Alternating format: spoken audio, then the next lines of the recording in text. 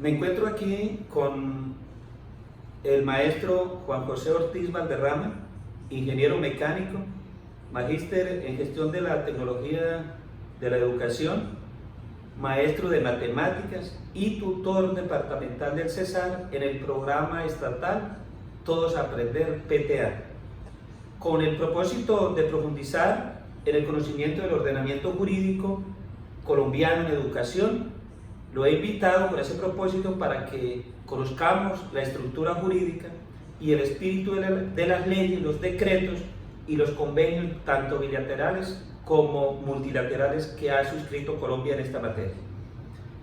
Entonces, el diálogo lo vamos a realizar con base en unas preguntas puntuales que dé razón de toda la estructura del ordenamiento jurídico en el sector educativo. La primera pregunta sería: ¿cuál es el ordenamiento jurídico en Colombia sobre educación? Bien, muy buen día, me alegra la invitación. Y pues bueno, retomando la pregunta acerca del ordenamiento jurídico de lo que es educación en Colombia, pues quisiera hablarle y comentarle sobre pues las tres grandes normas. La primera de ellas es nuestra Constitución Nacional, que definitivamente pues imprime ese carácter de calidad de la educación en todo el sector, y de ahí se derivan otras cuantas leyes. Tenemos la Ley 115 de la Educación General y la Ley 715 de la Ley Orgánica de la Educación. Entonces son elementos que en sí constituyen todo ese ordenamiento que le da estructura a lo que es el sector educativo en Colombia. ¿Qué importancia tiene la Ley 115 de 1994, Ley General de Educación, en el sistema educativo colombiano? Bien, la Ley 115 prácticamente entra a regular todo lo que es la estructura a nivel de Colombia. Esa estructura se marca desde el nivel de preescolar, desde primaria, secundaria y media, y por supuesto pues educación superior. Entonces allí se establecen todo lo que son los protocolos de las palabras que se van a utilizar, y se da las indicaciones de cómo es que se vienen desarrollando todas esas estructuras. Entonces la Ley 115 se convierte pues en nuestra carta maestra a nivel del sector educativo, con nuestros docentes y con nuestros directivos docentes a nivel del territorio nacional. Bueno, a pesar de que la Ley 115 contempla todo lo del sector educativo, dentro de eso el sector universitario, ¿cuál es la norma que reglamenta la educación superior en Colombia? Sí, señor, efectivamente hay una que es previa, que es la Ley 30, la de 1992, en donde se enmarca toda la normativa que se sigue para garantizar la calidad de la educación superior. Entonces, pues se convierte en una herramienta muy importante, porque todas las universidades deben ceñirse a las indicaciones y los ordenamientos escritos dentro de ese elemento. De estas tres grandes normas que usted mencionó, que está la Constitución Política de Colombia, la Ley 115, de la que acabamos de hablar, existe la Ley Orgánica 715 de 2001, entonces, ¿cómo garantiza los medios para brindar el servicio educativo de manera gratuita y con calidad a partir de esa Ley Orgánica 715? Bien, entonces, hagamos claridad. La Ley 715 pues define en toda su estructura cómo es que se van a disponer los recursos, cómo es que el Estado va a aportarle a todo lo que es el sector educativo con equidad, con disposición de calidad. Y entonces, bajo esos parámetros, pues esta ley orgánica obviamente nos garantiza todo lo que es que cada uno de los lugares en nuestro país tengan acceso a la educación, que tengan esas facilidades. Entonces, a través de estas normas, de esta específicamente, de la 715, tenemos la garantía de que cada uno de los lugares va a recibir el rubro desde el Sistema General de Participación, desde los fondos de la Nación. Entonces ya se estructura cómo es que vamos a garantizar, cuáles son las edificaciones, cuáles son las relaciones técnicas, cuáles son todos los elementos que nos dan la viabilidad en los procesos educativos. A partir de la Constitución, la Ley 115, la Ley 715, el gobierno ha implementado un Plan Nacional Decenal de Educación 2016 al 2026 como política de Estado. ¿En qué consiste este Plan Decenal en Educación? Bien, hagamos claridad sobre lo que es el Plan Decenal de Educación. Este es un mecanismo, ya lo tenemos claro, es un mecanismo en el que participamos todos los colombianos desde diferentes entidades, desde los municipios, desde los establecimientos, para la construcción de lo que va a ser la carta de navegación a 10 años en la calidad educativa. Y pues para este lapso de tiempo que va desde el 2016 hasta el 2026, entonces se enmarca en lo que es el camino hacia la calidad educativa con equidad, pues tratando de garantizar los derechos de la educación en igualdad de condiciones para todas las personas. Asimismo, para garantizar ese derecho a la educación con calidad y con equidad, el gobierno nacional ha implementado muchos programas. ¿Qué programas entonces permiten mejorar la cobertura, la calidad, la eficacia, la equidad en el sistema educativo? Bien, considerando que deben haber acciones concretas en lo que es la garantía de la calidad, entonces pudiéramos hablar del plan de alimentación escolar, que es uno de estos proyectos.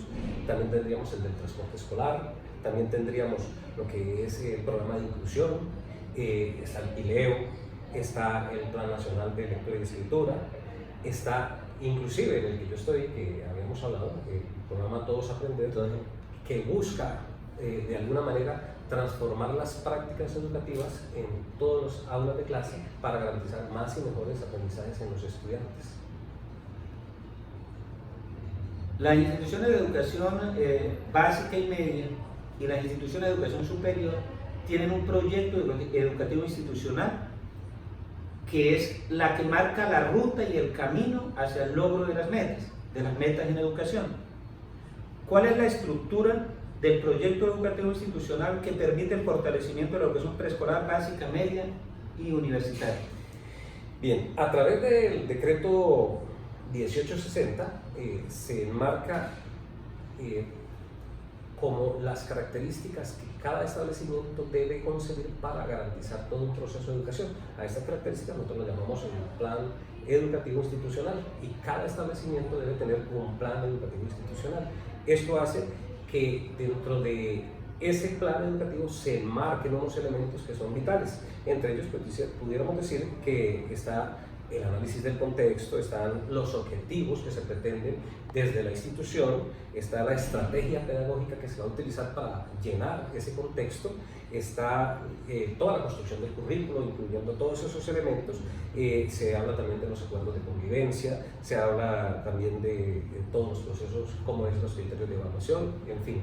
Entonces, pues para resumir, ese proyecto educativo sí permite, porque está contextualizado para cada uno de los lugares en donde se asume el proyecto de emprender educación. Colombia ha suscrito muchos convenios, tanto bilaterales como multilaterales, con el propósito de garantizar los derechos humanos que han firmado las naciones que hacen parte de las Naciones Unidas. En ese sentido, ¿qué importancia tienen los convenios bilaterales en educación suscritos por Colombia básicamente desde el año 1922 en adelante?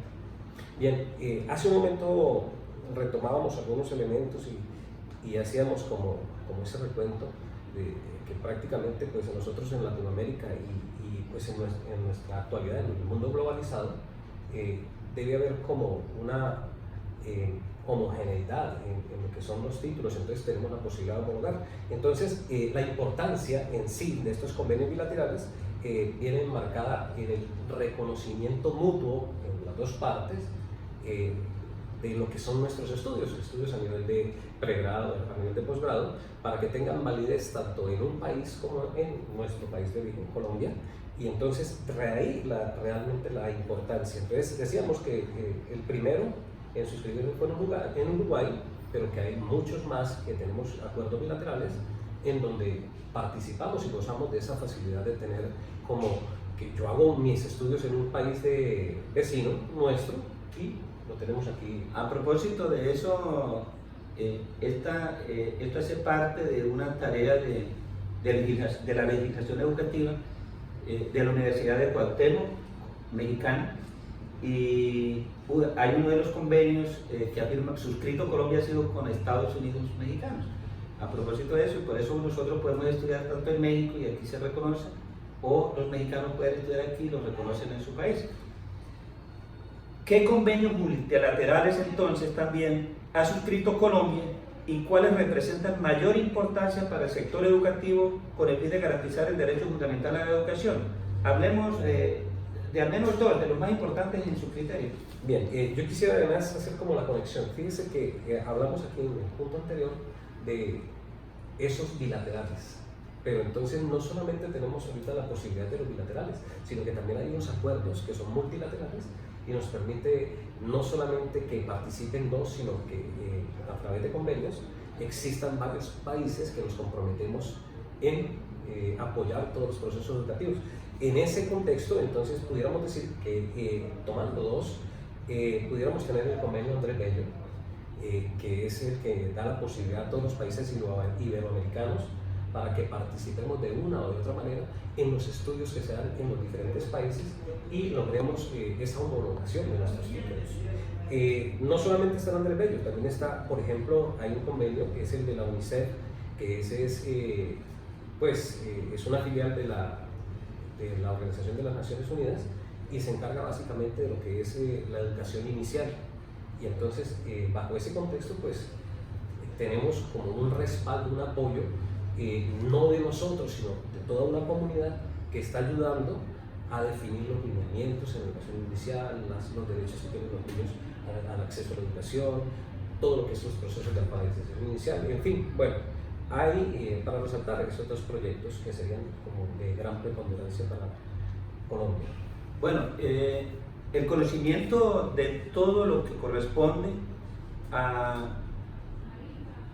la parte del ordenamiento jurídico en la educación es fundamental que tanto los maestros como los directivos o aquellas personas que hacen parte del sistema educativo lo conozcamos a profundidad, con el propósito de garanticemos ese derecho humano que es la educación de calidad y con equidad, que contempla el ordenamiento jurídico de todas las naciones y los convenios internacionales. Muchas gracias, profesor Juan José, por aceptar esta invitación. Gracias a usted también. Pues bueno, quedamos en comunicación. De mi parte, pues contarles que también desde nosotros, desde el programa Todos Aprender, pues tratamos de llegarle a diferentes regiones y dar lo mejor de lo que es la transmisión de los referentes de calidad educativa a cada uno de los establecimientos a donde llegamos en Colombia, hasta los lugares más distantes en la ruralidad. Profesor, feliz día.